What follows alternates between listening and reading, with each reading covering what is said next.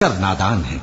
کہہ دو کہ اس کو روح القدس تمہارے پروردگار کی طرف سے سچائی کے ساتھ لے کر نازل ہوئے ہیں، تاکہ یہ قرآن مومنوں کو ثابت قدم رکھے، اور حکم ماننے والوں کے لیے تو یہ ہدایت اور بشارت ہے۔ اور ہمیں معلوم ہے کہ یہ کہتے ہیں کہ اس پیغمبر کو ایک شخص سکھا جاتا ہے، مگر جس کی طرف تعلیم کی نسبت کرتے ہیں اس کی زبان تو عجمی ہے، اور یہ صاف عربی زبان ہے۔ جو لوگ اللہ کی آیتوں پر ایمان نہیں لاتے ان کو اللہ ہدایت نہیں دیتا، اور ان کے لیے عذاب علیم ہے۔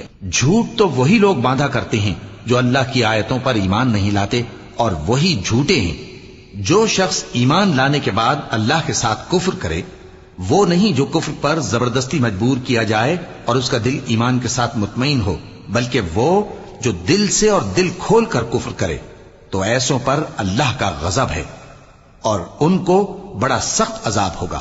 یہ اس لیے کہ انہوں نے دنیا کی